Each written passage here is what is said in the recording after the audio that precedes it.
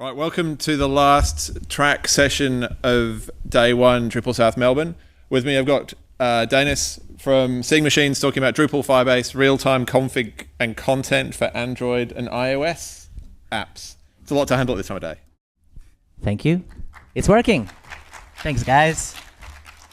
So, I'm going to try to bridge the gap between the Drupal and the mobile applications. And just like the keynote speaker this morning, I got inspired, so I got a slide to tell you what inspired me to do this talk. Sometimes when you work in the government and you work in Drupal, a time comes when the government department would like to implement a mobile application, and they bring in an external contractor. Very likely it's going to be an external contractor because Drupal agencies generally do not do mobile apps. So I have seen quite a lot of very interesting implementations where Drupal obviously was considered as the source of truth for content and menus and config, but then how was the mobile app actually implemented behind the scenes, and the disasters that have followed inspired me to do this talk. Essentially, I am now, for the last couple of years, been building a lot of apps in Flutter, and I feel like Drupal can be used extremely well managing apps that are already in production. And there's several reasons why I'd like to do that. So a little bit about me. I have an account on Drupal.org that's now 14 and a half years old, which is scary. I used to worry a little bit that my account was not old enough, and now I'm worried that maybe it's a bit too old. But you can't roll this back. I've done work for ATO, Department of Education, Defense, ACMA, WorkSafe, Renault, Jenny Craig back in Drupal 7 land. And yeah, I've been around for quite some time in the Drupal space. So this is a module that just got published yesterday, and it's called Firebase Manager. Essentially what that does is allows you to immediately make changes from Drupal straight into the Firestore database, which is a real streaming database that can stream straight into the mobile application. Effectively, you will be able to control the mobile app on the fly in real time in milliseconds. And then why do we want to do that? Inspired by experience, this is one of the apps I was trying to launch, and I have been rejected by Apple 28 separate times. Now, these are just some screenshots. These are not mine, right? But Apple and Google have a huge book of rules, and it changes all the time. For example, you were able to make an app with social login, and then Apple came up with login with Apple. And then all the apps that don't have login with Apple get rejected. The new rule is if you log in with Google or log in with GitHub or whatever, you must log in with Apple, which means that if you wanted to submit another binary of an app to Apple for approval, you are going to get rejected unless you implement this change, which can be a little bit tricky if you're trying to fix a bug or even a simple label change in production, right? So then immediately a thought comes, can we limit the amount of times we have to resubmit binaries and go through extremely painful process of approvals, and instead just control the app from some centralized place, hopefully Drupal, because then we can standardize the approach. So Apple are notoriously for being for rejecting the binaries, and they do take their time reviewing it. 28 attempts to launch the binary. After that, a client of mine asked me to make a small change. And even though I made that change, the binary was rejected because I was using a version of API that was too old in a dependency. So I had to upgrade the dependency, similar to how you do that in Drupal with Composer. And then, as I did that, everything broke.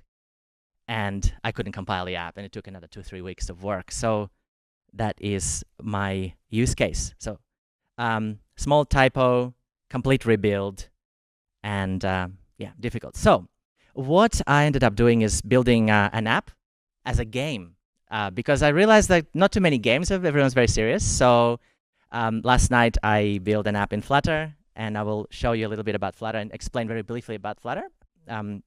But if you scan this, you hopefully will see on your phone, a app that's been built with Flutter, and it's just going to say, welcome. That's it. That's the plan. Yeah.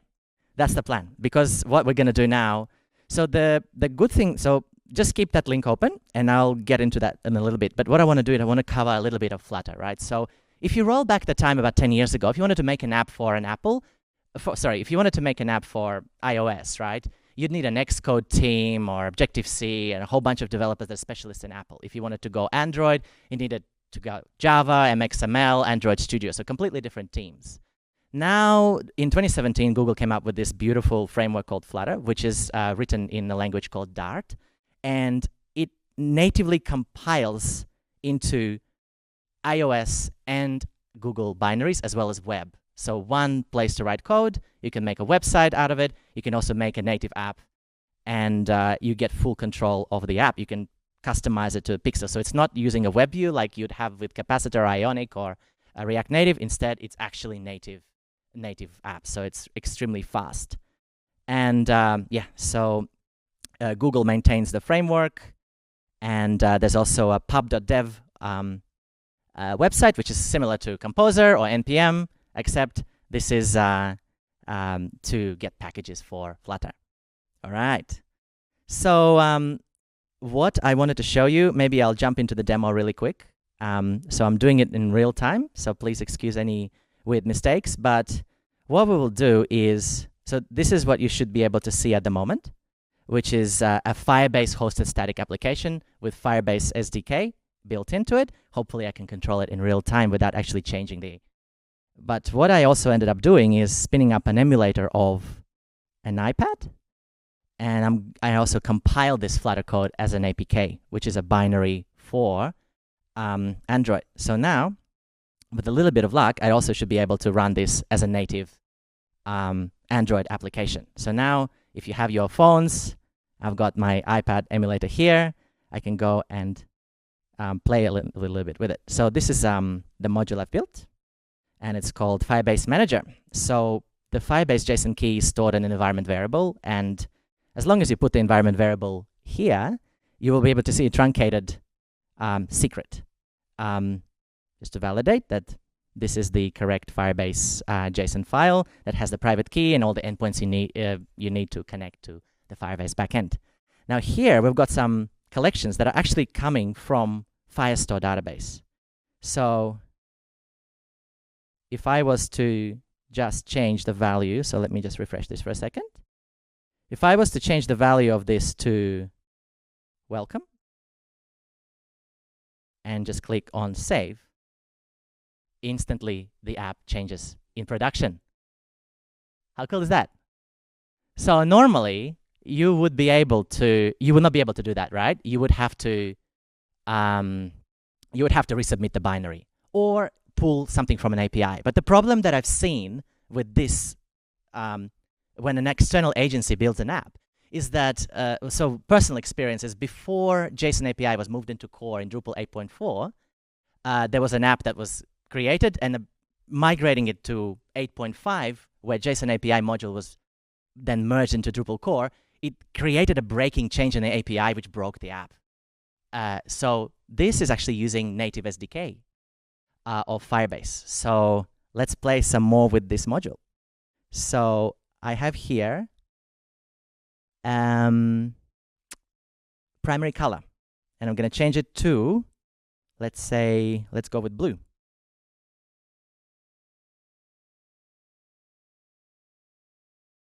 You got a little bit of blue here. Now, if I'm going to then show game and change that to true, you will see that with a little bit of luck, you'll see a few extra things appearing. Are you seeing that on your phones as well? Is it in real time? Is that cool or what? Come on. All right. Hey, this is great. Okay, so the quick game is like this. If you give a GitHub star, hey, Toby, thank you. There's a webhook that fires straight from the GitHub repository, and you get it into the draw to win a gift card of $100, funded by Daynis. Thank you very much. Oh yeah. Now, the way the logic works is if you click View Winner, every time another person gets added to the list, the winner will randomly change. which means that you never know who's going to be the winner of the game until the end of the talk. Let's see who the winner is if you click it. Ah, there we go. But then someone else liked it. Click it again. Oh, still that same person. Maybe they will win the gift card. Maybe not. We will see. Okay, so you can see that we've got 7 stars. Now you can see this is happening in real time. Now I'll show you the Firebase and give you a quick demo of what the Firebase actually looks like, right? So at the moment, we're actually connecting to Firebase in Drupal using a module that I've built that's using a JSON secret that's been generated from the Firebase console. Now, what is this Firebase console? Let's have a look at it. Give me just a second. Okay, so Firebase is a Google Cloud product. It's been around for a very long time, and it has a collection of services like authentication using Google Identity Platform, cloud messaging to do real-time messaging, Firestore database, which is a real-time database, which is what we're using to control the state of the mobile application here, and a whole bunch of other interesting things. Essentially, it's a one-stop shop to get a mobile application. It looks like this. So I can go and handle my authentication instead of using Auth0. It's using Google Identity Platform. So all in one place to control the app. Now, if I go into console now, so I'm just going to log into the console for this application. I can go into the Firestore database here. And then in the Firestore database, I will see my collection. So this is a NoSQL database, which is directly linked to the app. And in here, if I go to, for example, GitHub stars, I can see everybody who has given me a star. And I can see their avatars and usernames. And then if I look at in this collection here, you'll see that there's someone who is the winner. Oh, I got 14 stars. Oh, this is such a great idea, no? Sorry. How to get GitHub stars quickly. And then, all right. So as you can see here, there's a DrupalSouth collection, right? Now, if I change, for example, primary color, I'll just change that to, let's say, green. And just watch how quickly this changes. So I click update and just watch the iPad. Amazing, isn't it? So you can see that if you've got the website on your phone, it would be changing in real time as well. The plan here is that instead of then you made a small label change. Instead of that, you could just use this module to control the entire experience in production, including loading different URLs, changing colors, hiding areas or showing areas. And I was thinking, let's say it's Christmas and you want it to snow in your app and then going back to normal. Resubmitting the binary for that and getting that approved will take a lot of work. Cooking this up beforehand and then just loading it in like that will just take a second. So basically, why did I build this thing? Because I've seen an agency come in, they piggyback off existing Drupal project, but very likely they're going to pull an endpoint, which then can, if the endpoint gets deleted, the app just breaks because it's a hard-coded binary. All the endpoints are hard-coded in the binary. So in a way, this is a pretty good way of fixing the problem. Okay, let's see what else I have in my slides. Now, just in case you were wondering how the heck that works, this is a bit of Dart code just to show you an example.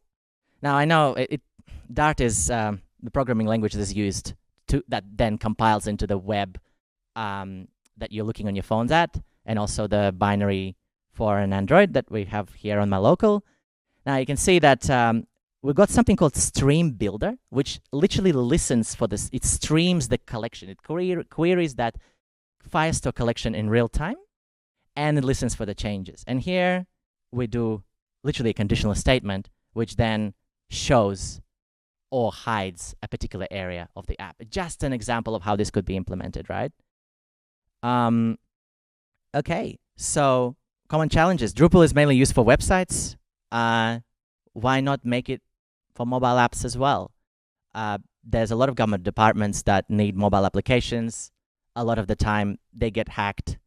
And the approach is quite hacky, or a custom CMS gets built and then it's quite difficult to maintain. So what my dream is to start using this at the company that I'm working at the moment. So we've got some apps in development, and the plan is to use Drupal to manage the whole state of the app in production, which will save quite a lot of time. So we looked at Firebase, and probably a good amount of time to just go and have a look at what the Firebase actually looks like. So here you've got Firestore database, which is a real-time database, which can be accessed using the Firebase SDK, which can be dropped into as a script into a HTML page, or built into an Android app or an iPhone app. There's something called Cloud Functions, which can be written in Python, they can be written in Node, or they can be written in TypeScript.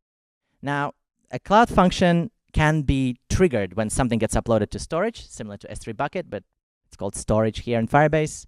A Cloud Function can be triggered when something changes in a particular document in Firestore. And that's exactly how I'm getting the GitHub stars. There is a function that would create a star. It exposes an endpoint, which is then used in GitHub as a webhook post. So the GitHub posts to the webhook, and then this Cloud Function would then create an entry in Firestore, which would then change the application in real time in the front. Okay, and of course then this is pretty amazing the way I see it, because we've been talking about caching, load balancing. Firebase is, the way I see it, is completely serverless. So if I have 1 million users using this app tomorrow, I'm fine, because it's just scales. So it's using Node for Cloud Functions, and then authentication. Now, authentication-wise, right, you could have users that just using username and password in here, but also at the same time, you could hook up so many other different providers, including SAML or OpenID Connect, which means that you can use your Auth0s, you can use your Office 365 Redirect to sign into the application, or you can even use Drupal SAML module to then use Drupal to log into the mobile application, which then solves the authentication straight into the app, and the source provider becomes Drupal. Okay, there is storage, which is basically like S3 bucket, and also the storage, if you dump something into the storage, it can trigger a Cloud Function, which can then manipulate any Firestore data, which would then, in due course, manipulate the application that is launched. And then if you look at this Firebase hosting, the Flutter app compiled to a native JavaScript, HTML, and CSS by just running a Flutter build command in an IDE, and then I use Firebase deploy command in a CLI to then just push this up, and the whole site becomes online on the domain that is given to you for free by Firebase. And you see, if I click on that, here is the web version. As you can see, it can be responsive. I forgot to make this scrollable, excuse me. But otherwise, it's going well. So this is the module. So essentially, you would just need to get started, spin up log into Firebase with Google. In here, in the project settings, in service accounts, you could generate a Firebase secret file. Generate private key, right? So when you generate a private key, it would download a file that looks like this. Let's have a look at that. I'm just going to open it with VS Code. Yeah, there we go. So it's got the private key, it's got the endpoint, and it's got everything you need to then put into the environment variable in Drupal. And that is going to allow the module to connect to Firestore. Now, this module here, as you can see, is capable of viewing all the collections that I've created. So if I was going to make a new collection just now, and go into Firestore database and make a new collection called, let's say, water. Just put something random in there, 777, 777. And if I was to refresh this, I can see the water here. If I click on the water, it loads up 777, and I can put a value and save the value, which would then update the value straight into the Firestore. So it's two-way sync. So that is, in a nutshell, the first step to trying to manipulate the apps in production using Drupal. And let's see, I've got 5 minutes. See if I've got any more slides. Quick look at the architecture of the app, which I think is pretty straightforward. You've got a client-side form, and the user edits that form. We have the server-side form, which asynchronous JavaScript post is posting the data of the form. We validate permissions. So we've got a custom permission that we set up called manage Firebase config in Drupal. The request gets validated, and then we're using an unofficial SDK for Firebase as a dependency in the module to interact with Firebase. Then everything gets back and synced into the site. Okay. That's it. If you've got any questions, feel free to ask away. And before I do that, I will pick a winner. I'll give you another 10 seconds to give me a star. Yeah, I'm sorry. So just came up with this yesterday. Let's see. There you go. Dr. Curly Tech. So, Dr. Curly Tech, thank you very much. If you find me after this, I will get you the gift card. And thank you, everybody, for your stars and your attention and your care. Yep.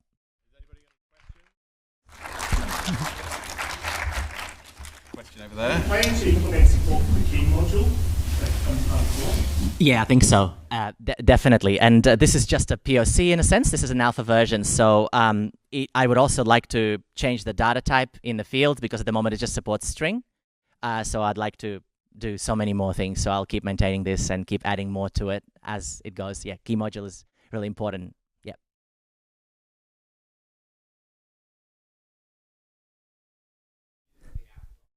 That's a really good question. And so the Firebase is really magic in a sense. So it will wait. And the moment the user comes back online or the internet connection gets restored, it will instantly update the state to the correct state of the Firebase. So, and it's all managed natively inside the Firebase SDK.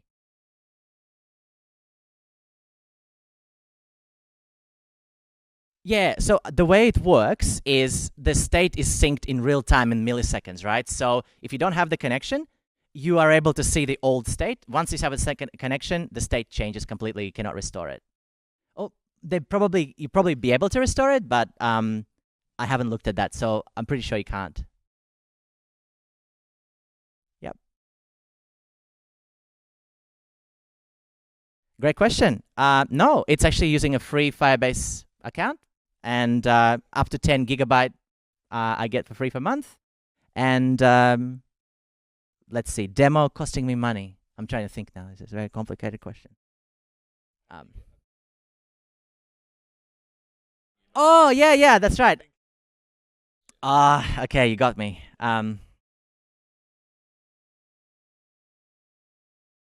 Exactly. Yeah, correct.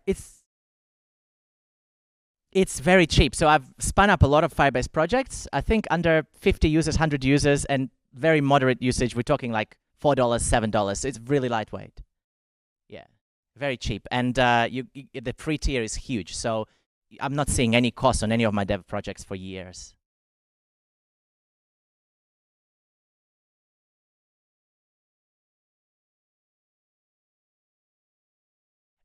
Yeah, that's. We might know of. Yeah, so that's a very good question. There's a lot, but you got me on the spot here. I can't think of anything, but I believe there's quite a lot. I think eBay is built, but I might be wrong. So don't get me on this. I will go and research. But since 2017, this is Google's preferred way of making apps. Yeah. I believe, Google Ads platform? That's built with Flutter completely. So both the apps and the web. What? No, it's using gRPC, which I found out not. So how much time do I have? Do I have 10 seconds? 10 seconds. Done. There we go. High-performance remote procedural call framework that runs in any environment, initially created by Google themselves, now open-sourced. All right, I might wrap that up. Thank you so much.